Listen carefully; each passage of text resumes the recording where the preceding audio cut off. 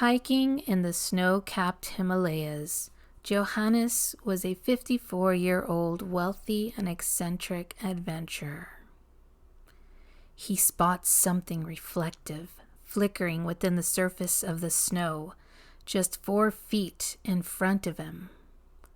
Just then, his excitement got the better of him.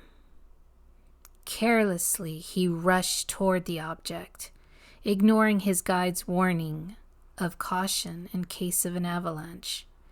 His motion immediately produced an unusual avalanche that buried just him alone. The 2 guides began frantically digging to get to him, but it was too late. Johannes never married, never had children of his own either. His only heir was his great-niece Mildred, who he met once during her christening. It was a complete shock when she was summoned to the reading of her late uncle Johannes' will and testimony. Mildred was in between temp jobs most of her adult life. 31 and living alone, Mildred took a seat in her uncle Johannes's lawyer's office, feeling alienated even though it was just Mildred and the lawyer in the room. The lawyer began with the will. Johannes left all his money in the sum of $5 million to a family-owned Chinese cookie company that he loved so much. His estate was to be donated to charity. Lastly, his 5 storage units were to be left to his great-niece Mildred. The lawyer then handed Mildred the keys to the said storage units and a small 7-inch by 7-inch wooden box.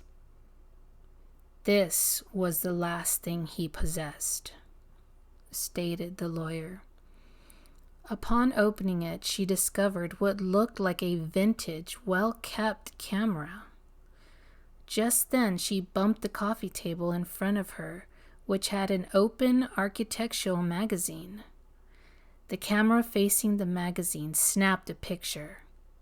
With the blink of her eyes, she was no longer in the lawyer's office. She was now in Paris, on a terrace. Camera still in her hand, and a bistro table of a delicious brunch set out before her. Stunned and excited, she didn't bother questioning how. Rather, she knew it must be the camera. Imagining all the adventures she was to embark in, just like her uncle Johannes, and leaving behind the stagnant life she once knew, Mildred's heart fluttered. She sat down to enjoy the feast before her. Behind her was a beautiful orange-colored rose bush. Mildred carelessly placed the camera on the table in front of her. The camera snapped another picture. Mildred was gone, and a new beautiful rose appeared.